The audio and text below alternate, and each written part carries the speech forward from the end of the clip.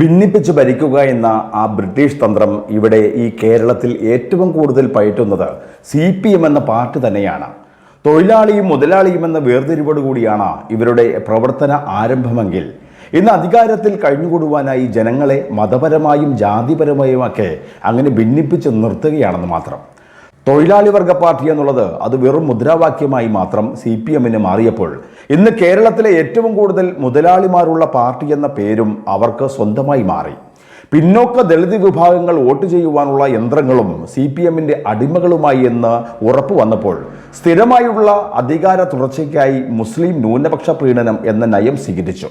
അതിനായി കേന്ദ്രം ഭരിക്കുന്ന BJPയെയും അവരെ നയിക്കുന്ന RSSനെയും കാട്ടി മുസ്ലിം സമൂഹത്തെ ആകെ വംശഹത്യ ചെയ്യുന്നവർ എന്ന പ്രചാരണം നടത്തി മുസ്ലിം സമൂഹത്തെ ഒന്നാകെ ഭയപ്പെടുത്തി അവരുടെ യഥാർത്ഥ സംരക്ഷകരായി ജന്മമെടുത്തത് അത് തങ്ങളാണെന്നൊരു പ്രതീതിയുണ്ടാക്കി വീണ്ടും തുടർച്ചയായി അധികാരത്തിൽ കയറിക്കൂടുവാനുള്ള ഒരു കുറുക്കു വഴിയായി കാണുകയായിരുന്നു CPM. ഇതേ പ്രീണനം ക്രൈസ്തവരുടെ ഇടയിലും CPM പ്രയോഗിച്ചിരുന്നുവെങ്കിലും ആദ്യം നൽകിയ പിന്തുണയിൽ നിന്നും ക്രിസ്ത്യൻ സമൂഹം പുറകോട്ട് പോകുന്നതാണ് നാം കണ്ടത്. വടക്കേ ഇന്ത്യയിലെ ചിലയിടങ്ങളിലെ ക്രൈസ്തവർക്ക് നേരെ സംഭവിച്ച ചില അക്രമങ്ങളെ അത് ഫാദർ സ്റ്റാൻലിയുടെയും ചില കന്യാസ്ത്രീകളുടെയൊക്കെ നേരെയുണ്ടായ അത്തരം വിഷയങ്ങളെ പർവ്വതീവൽക്കരിച്ചുകൊണ്ടാണ് CPM ഇങ്ങനെ ഈ സമൂഹത്തെ കൂടെ നിർത്തുവാൻ നോക്കിയിരുന്നതെങ്കിലും ബോധോദയം വന്ന ക്രൈസ്തവർ CPM ഒരുക്കിയ ആ കെണിയിൽ നിന്നും ബോധപൂർവം പുറത്തേക്ക് പോവുകയായിരുന്നു. അതിനുശേഷമാണ് ഇങ്ങനെ മുസ്ലിം പ്രീണനത്തിന് CPM തയ്യാറായത്.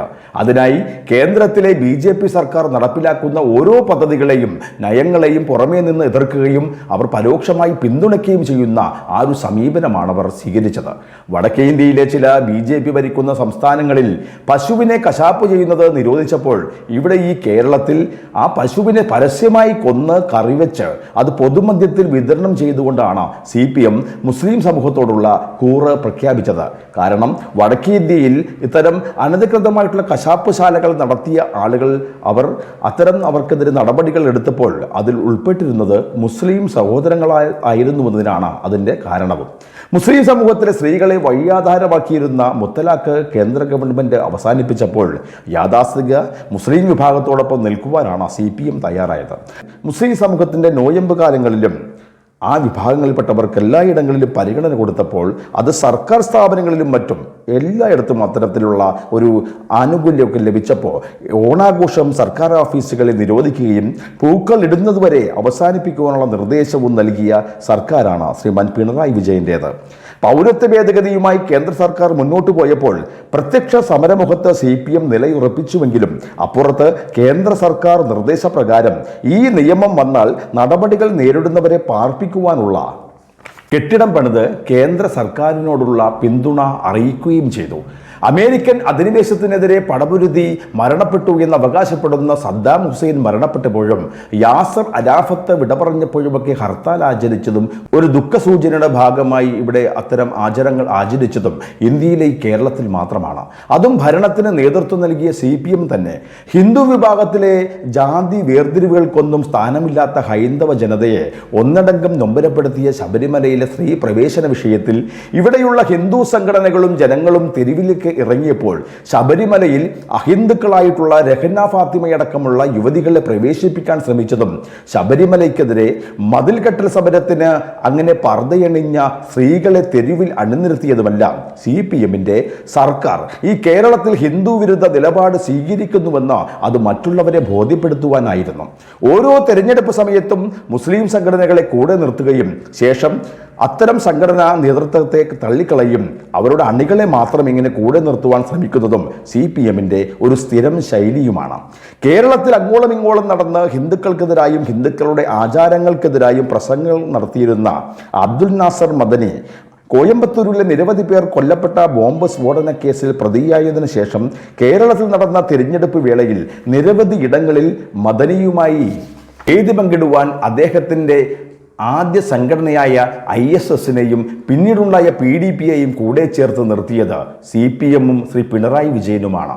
അന്ന് അബ്ദുൽ നാസർ മദനി തീവ്രവാദ ബന്ധമുള്ള ആളാണെന്ന് RSSും BJP സംഘടനകളൊക്കെ ഉന്നയിച്ചപ്പോഴും ഇവിടുത്തെ പോലീസും കോടതിയും ഇത് കണ്ടെത്തിയപ്പോഴും അതെല്ലാം പൂർണ്ണമായും തള്ളിക്കളയുകയും മദനിയെ കൂടുതൽ അടുപ്പിച്ച് നിർത്തുകയും ചെയ്ത CPM ഇപ്പോഴിതാ കഴിഞ്ഞ 2024 പാർലമെന്റ് തെരഞ്ഞെടുപ്പിൽ ഏറ്റ തിരിച്ചടിയിൽ ബോധോദയമുണ്ടായി. മദനി കൊടും തീവ്രവാദിയാണെന്ന പ്രസ്താവനയും ഇതിനെ സൂചിപ്പിക്കുന്ന ഒരു പുസ്തകവും ഇറക്കിയിരിക്കുകയാണ് CPMന്റെ സമുന്നതനായിട്ടുള്ള നേതാവ് ശ്രീ P. ജയരാജൻ. 2016 നിയമസഭാ തെരഞ്ഞെടുപ്പിൽ CPM കൂട്ടുപിടിച്ചത് കൂടുതൽ മത തീവ്രവാദ സ്വഭാവമുള്ള ജമാഅത്തെ ഇസ്ലാമിയെ ആയിരുന്നുവെങ്കിൽ 2021 അത് പോപ്പുലർ ഫ്രണ്ടിനെ ആയിരുന്നു.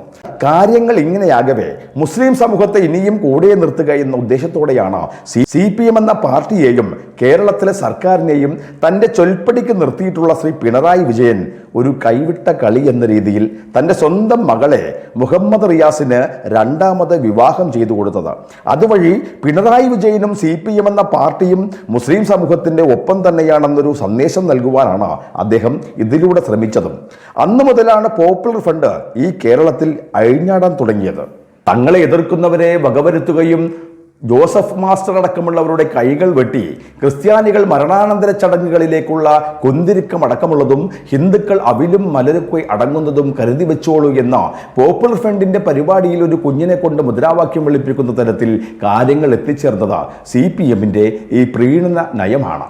പകൽ CPMും രാത്രിയായാൽ പോപ്പുലർ ഫ്രണ്ടുമാകുന്നവരെ കൊണ്ട് CPMന്റെ യഥാർത്ഥ പ്രവർത്തകർ പൊറുതിമുട്ടുകയും ചെയ്തു. എന്നാൽ രാജ്യവിരുദ്ധ പ്രവർത്തനം നടത്തിയിരുന്ന പോപ്പുലർ ഫ്രണ്ടിനെ കേന്ദ്രത്തിലെ നരേന്ദ്രമോദി ഗവൺമെന്റ് നിരോധിച്ചതിലൂടെയാണ് കാര്യങ്ങൾക്കെല്ലാം ഒരു മാറ്റമുണ്ടായത്.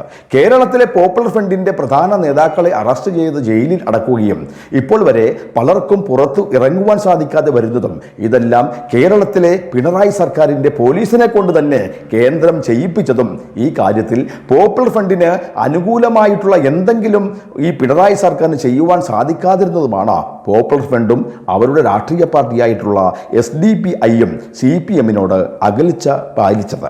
ആ അകൽച്ച 2024 പാർലമെന്റ് തെരഞ്ഞെടുപ്പിൽ പ്രതിഫലിക്കുകയും ചെയ്തു. പോപ്പുലർ ഫ്രണ്ടും ജമാഅത്തെ ഇസ്ലാമിയും മുസ്ലിം ലീഗും PDPയും അങ്ങനെ സകലമാന മുസ്ലിം സംഘടനകളും തെരഞ്ഞെടുപ്പിൽ UDFനാണ് പിന്തുണ നൽകിയത്. 20 പാർലമെന്റ് സീറ്റുള്ള കേരളത്തിൽ LDFന് ആകെ ലഭിച്ചത് ഒരു സീറ്റും 1 BJPയും കൊണ്ടുപോയപ്പോൾ ബാക്കി 18 സീറ്റും UDFനാണ് ലഭിച്ചത്. വോട്ടിങ്ങിന്റെ പാറ്റേൺ പരിശോധിച്ചപ്പോൾ കമ്മ്യൂണിസ്റ്റ് പാർട്ടി കേരളത്തിൽ തുടങ്ങിയപ്പോൾ മുതൽ CPMനോടൊപ്പം ഇങ്ങനെ നിലയുറപ്പിച്ചിട്ടുള്ള അടിസ്ഥാന വർഗ ജനവിഭാഗങ്ങൾ ഭൂരിഭാഗവും തങ്ങളെ കൈവിട്ടൊഴിഞ്ഞു പോയിരിക്കുന്നുവെന്ന് വ്യക്തമായിരിക്കുന്നു. കഴിഞ്ഞ കുറേ നാളുകളായിട്ടുള്ള RSS വിരോധം പറഞ്ഞുള്ള ഹിന്ദുത്വ വിരോധവും അമിതമായിട്ടുള്ള ന്യൂനപക്ഷ പ്രീണനവും തങ്ങൾക്ക് തിരിച്ചടിയായെന്നൊരു തിരിച്ചറിവിലാണ് പിന്നീട് അബ്ദുൽ നാസർ മദനി തീവ്രവാദിയാണെന്നും ജമാഅത്തെ ഇസ്ലാമി മതഭീകരവാദ സ്വഭാവമുള്ള സംഘടനയാണെന്നും പോപ്പുലർ ഫ്രണ്ട് തീവ്രവാദ സംഘടനയാണ് ൊക്കെ CPM നേതാക്കൾ ഇപ്പോൾ ഊന്നി ഇങ്ങനെ പറഞ്ഞുകൊണ്ടിരിക്കുന്നത്. ഈ സംഘടനകളുടെ CPM വിരുദ്ധത ഇപ്പോൾ കഴിഞ്ഞ ഉപതെരഞ്ഞെടുപ്പിലും വീണ്ടും വ്യക്തമാവുകയും ചെയ്തു. ഇപ്പോഴിതാ കേരളത്തിലെ വടക്കൻ മലബാറിൽ കേന്ദ്രീകരിച്ചുകൊണ്ട് MEC7 എന്ന ബാനറിൽ നടക്കുന്ന വ്യായാമ കൂട്ടായ്മയെക്കുറിച്ച് CPMന്റെ ജില്ലാ സെക്രട്ടറിയായ P. മോഹനൻ വളരെ ഗൗരവപരവും ഗുരുതരവുമായിട്ടുള്ള ആരോപണങ്ങളാണ് പത്രസമ്മേളനം നടത്തി തുറന്നു പറഞ്ഞിട്ടുള്ളത്. MEC7 കൂട്ടായ്മ മലപ്പുറം മുതൽ കാസർഗോഡ് വരെയുള്ള ജില്ലകൾ കേന്ദ്രീകരിച്ചുകൊണ്ട് കഴിഞ്ഞ കുറച്ച് ദിവസങ്ങൾക്കുള്ളിൽ 1000ഓളം യൂണിറ്റുകൾ ആരംഭിച്ചിട്ടുണ്ടോ എന്നും അതിന് പിന്നിൽ നിരോധിത സംഘടനയായ പോപ്പുലർ ഫ്രണ്ടും മത തീവ്രവാദ സ്വഭാവമുള്ള ജമാഅത്തെ ഇസ്ലാമിയുമാണ് പ്രവർത്തിക്കുന്നതെന്നായിരുന്നു CPMന്റെ ജില്ലാ സെക്രട്ടറിയുടെ പരസ്യ പ്രസ്താവന. എന്നാൽ അറേബ്യൻ ഭക്ഷണം ഏറെ ഇഷ്ടപ്പെടുന്ന മലബാർ മേഖലയിലെ ജനങ്ങളുടെ ജീവിതശൈലി രോഗങ്ങൾക്ക് ഒരു പരിഹാരം കാണുവാനാണത്രേ 40 മിനിറ്റ് നീണ്ടു നിൽക്കുന്നതും ലളിതമായതുമായിട്ടുള്ള ഒരു വ്യായാമ മുറ അത് തയ്യാറാക്കിയതെന്നാണ് ഇതിൻ്റെ സംഘാടകരുടെ വെളിപ്പെടുത്തൽ. പ്രത്യേക യൂണിഫോമൊക്കെ അതും സൗജന്യമായി വിതരണം ചെയ്യുന്നതടക്കമുള്ള ഈ വ്യായാമ മുറ മുൻ സൈനികനായിരുന്ന മുഹമ്മദ് അഷ്റഫിന്റെ നേതൃത്വത്തിലാണത്രേ ആരംഭിച്ചത്. അതുകൊണ്ട് MEC7 എന്ന ഈ കൂട്ടായ്മയ്ക്ക് ഒരു വർഗീയ സ്വഭാവമില്ല എന്നും ഇതിലെല്ലാ ജാതി മത സ്വഭാവമുള്ളവരും പങ്കാളികളാണെന്നും പറഞ്ഞാണ് ഇടതുപക്ഷ മന്ത്രിസഭയിലെ അംഗമായ അബ്ദുൾ റഹ്മാന്റെ പിന്തുണയും. മാത്രമല്ല MEC7ന്റെ ഒരു യൂണിറ്റ് ഉദ്ഘാടനത്തിൽ പങ്കെടുത്ത VK ശ്രീകണ്ഠൻ MP പറഞ്ഞതും ഇത് വെറും വ്യായാമ കൂട്ടായ്മ മാത്രമാണെന്നാണ്. ഇതിന് വേറൊരു നിറവും നൽകേണ്ടതില്ല എന്നുമാണ് UDFന്റെ MP ശ്രീകണ്ഠൻ പറഞ്ഞത്. എന്നാൽ NDF എന്നതൊരു തീവ്ര സ്വഭാവമുള്ള സംഘടന ഇവിടെ പ്രവർത്തിച്ചിരുന്ന സമയത്ത് ഇത്തരത്തിലുള്ള കൂട്ടായ്മകളായിരുന്നു അവർ അവിടെ ആരംഭിച്ചതെന്നും ഇന്ത്യ രാജ്യത്ത് ഏറ്റവും വലിയ മതഭീകര സ്വഭാവമുള്ള സംഘടന എന്ന നിലയിലുള്ള ജമാഅത്തെ ഇസ്ലാമി ഇതിനു മുമ്പും ഇത്തരത്തിൽ ഇതര മതസമൂഹത്തിൽപ്പെട്ടവരെ ഉൾപ്പെടുത്തി നിരവധി പരിപാടികൾ സംഘടിപ്പിക്കാറുണ്ട് എന്നും എന്നിരുന്നാൽ പോലും ഇക്കൂട്ടരുടെ പ്രവൃത്തി ഇവിടെ വർഗീയ വിദ്വേഷം വളർത്തി സമൂഹത്തിനിടയിൽ മതഭീകരവാദ തീവ്രവാദ പ്രവർത്തനം നടത്തുവാനായിട്ടാണ് ഇത്തരത്തിലുള്ള കൂട്ടായ്മ എന്ന ഈ മാലോകരടായി പറഞ്ഞ CPM ഇതാ 2 ദിവസത്തിനുള്ളിൽ ഇപ്പോൾ മലക്കം മറിഞ്ഞിരിക്കുന്നു. മാക്സ് 7 എന്ന വ്യായാമ കൂട്ടായ്മയുടെ ഇടയിൽ തീവ്രവാദ സംഘടനകൾ നുഴഞ്ഞു കയറാൻ ഇടയുണ്ടെന്നാണ് താൻ പറഞ്ഞതെന്നാണ് ഇപ്പോൾ ഒരു ഉളുപ്പുമില്ലാതെ CPM നേതാവ് ഇപ്പോൾ പറയുന്നത്. മാത്രമല്ല മാക്സ് 7 മുസ്ലിം തീവ്രവാദ സ്വഭാവമുള്ളവരുടെ പങ്കുണ്ട് എന്ന് സൂചിപ്പിച്ച മോഹനൻ ഈ തവണ ഈ സംഘടനയിൽ RSSന്റെ കടന്നുകയറ്റം ഉണ്ടാകാതെ നോക്കണമെന്ന നിർദ്ദേശം നൽകാനും അദ്ദേഹം മറന്നില്ല.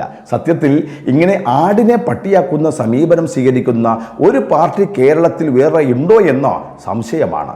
ഇവർ ആദ്യം പറഞ്ഞത് നിജസ്ഥിതിയുടെ വെളിച്ചത്തിലാണെങ്കിൽ പിന്നെ ആരെ പേടിച്ചിട്ടാണ് ഇങ്ങനെ CPM മാറ്റി പറയുന്നത്? തീവ്രവാദികളുടെ വോട്ടാണ് അവർക്ക് ലഭിക്കാതെ പോകുന്നതെങ്കിൽ അത് പോകട്ടെ എന്ന നിലപാട് എടുക്കേണ്ട സഖാക്കൾ അതല്ല.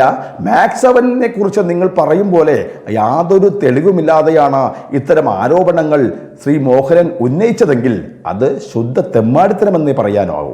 ഇനിയും നിങ്ങളുടെ ഈ ഭിന്നിപ്പിച്ച് നിർത്തിയുള്ള രാഷ്ട്രീയം അതിവിടെ അധിക നാൾ മുന്നോട്ട് പോകില്ല. നേരറിയാൻ നേരത്തെ അറിയാൻ നിങ്ങളുടെ ഈ ദേശാഭിമാനി പത്രം മാത്രം വായിക്കുന്നവരല്ല ഇവിടെ ഭൂരിഭാഗം പേരുമെന്നുകൂടി നിങ്ങൾ മനസ്സിലാക്കുന്നത് നല്ലതാണ്.